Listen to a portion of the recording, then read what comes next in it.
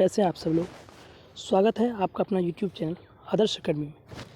दोस्तों, आज सीटेट 2026 के लिए सीडीपी बाल विकास एवं शिक्षा शास्त्र की महत्वपूर्ण पीवाईक्यू और एमसीक्यू प्रश्न देखेंगे, जिसमें टॉप 10 प्रश्न होंगे जो सीधे आपके फरवरी परीक्षा में देखने को मिलेंगे। मित्रों, आज की क्लास हमारी शिक्षण की अवधारणा भाग 2 है, क्योंकि भाग 1 हमने इससे पहले कर चुका था। तो आइए हम देखते हैं प्रश्न संख्या 1, जिसमें छात्र शिक्षक के रिश्तों में विश्वास बढ़ाने के लिए निम्न में से कौन सा विकल्प प्रभावशाली है। ऑप्शन ए है छात्र को बार बार इनाम और दंड देना। बी है छात्र की सिर्फ उसकी शारीरिक बनावट पर प्रशंसा करना। ऑप्शन सी है शिक्षक का छात्र को बिना किसी शर्त के अपनाने का भाव। ऑप्शन डी है छात्र को सिर्फ स्नेह दर्शाना। तो मित्रों, एक प्रभावशाली शिक्षण तभी हो सकता है और शिक्षक और छात्र के रिश्ते में तभी सुधार आ सकती है, विश्वास बढ़ सकता है, जब शिक्षक छात्र को बिना किसी शर्त के उनके मनोभावों को अपनाएंगे। इसलिए एक का सही उत्तर ऑप्शन सी होगा। प्रश्न संख्या 2 है, जिसमें प्रश्न है कक्षा शिक्षण में एक शिक्षक कौन से उद्देश्य प्राप्त करता है। ऑप्शन ए है मनोगत्यात्मक। ऑप्शन बी है भावात्मक। ऑप्शन सी है संज्ञानात्मक। ऑप्शन डी है उपरोक्त सभी। तो एक शिक्षण में एक शिक्षक को प्रमुख जो है सभी उद्देश्यों से जुड़ना पड़ता है। छात्रों के मनोगत्यात्मक से जुड़ना पड़ता है, उनके भावात्मक से जुड़ना पड़ता है, उनके संज्ञानात्मक से भी जुड़ना पड़ता है। तो इनका सही उत्तर होगा ऑप्शन डी। प्रश्न संख्या 3 है, अपने छात्रों को समझाने के लिए एक शिक्षक को निम्नलिखित में से किसमें सुप्रवीण होना चाहिए। कि आप एक शिक्षक है, अपने छात्र को समझने के लिए कि वह किस ढंग से सीख सकता है, अधिगम कर सकता है, आपको किसमें प्रवीण होना चाहिए। ऑप्शन ए है बाल मनोविज्ञान में। ऑप्शन बी है विषय वस्तु के प्रति छात्रों की राय में। ऑप्शन सी है बच्चों को समझने की दिशा में। ऑप्शन डी है उपरोक्त में से सभी। तो इसका सही जवाब होगा ऑप्शन डी, उपरोक्त में से सभी। शिक्षक को सभी प्रकार से जो है सुप्रवीण होना चाहिए, सुसज्जित होना चाहिए, ताकि वह एक छात्रों को बेहतर तरीके से समझा सकता है। प्रश्न संख्या 4 है, निम्नलिखित में से कौन सा बहुकक्षा शिक्षक की प्रमुख कमी है।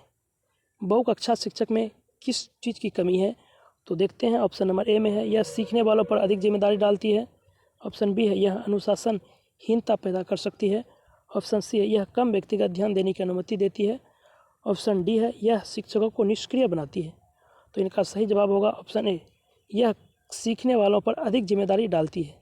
कि अगर आप बहुकक्षा में शिक्षक हैं, आपके कक्षा में विभिन्न प्रकार के बच्चे हैं, तो आप किसी छात्र पर सीखने के लिए अधिक जिम्मेदारी नहीं डाल सकते हैं।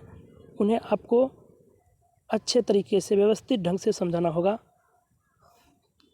प्रश्न संख्या 5 देखते हैं, जिसमें प्रश्न है निम्नलिखित में से कौन सी शिक्षण और अधिगम की एक प्रभावी विधि की विशेषताएं हैं। ऑप्शन ए छात्रों की मानसिक क्षमता और ज़रूरतों से मेल खाता है। 2 है बच्चों की आलोचनात्मक सोच विकसित करता है। 3 है बच्चों में जीवन कौशल के विकास की गुंजाइश प्रदान करता है। तो इसका सही जवाब होगा 1, 2 और 3। ऑप्शन नंबर डी इनका सही जवाब होगा।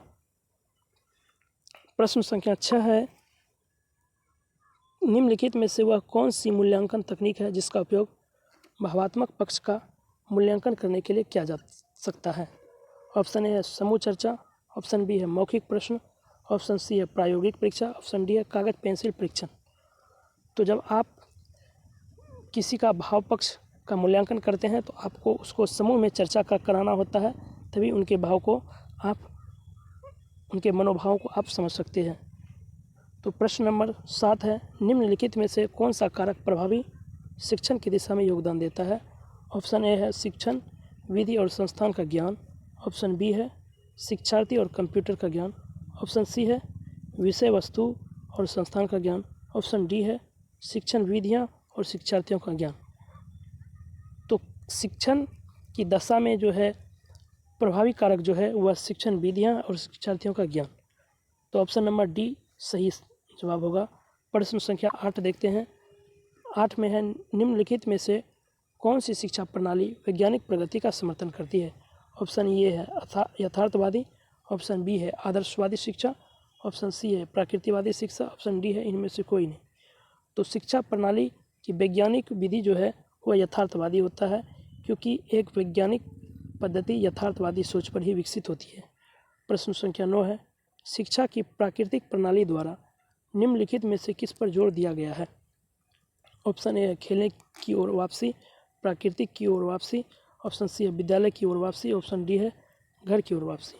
तो प्रश्न संख्या 9 में कहा रहा है कि शिक्षा की प्राकृतिक प्रणाली किस ओर पर जोर देती है? तो यह प्रकृति की ओर वापसी पर जोर देती है।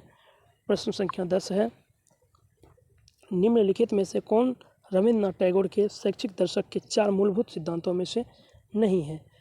तो पहला है मानवतावाद, दूसरा है प्रकृतिवाद, तीसरा अंतर्राष्ट्रीयवाद और चौथा है समाजवाद। तो रविन्द्रनाथ टैगोर ने जो शैक्षिक दर्शन दिए थे उनके 4 मूलभूत सिद्धांतों में समाजवाद नहीं था।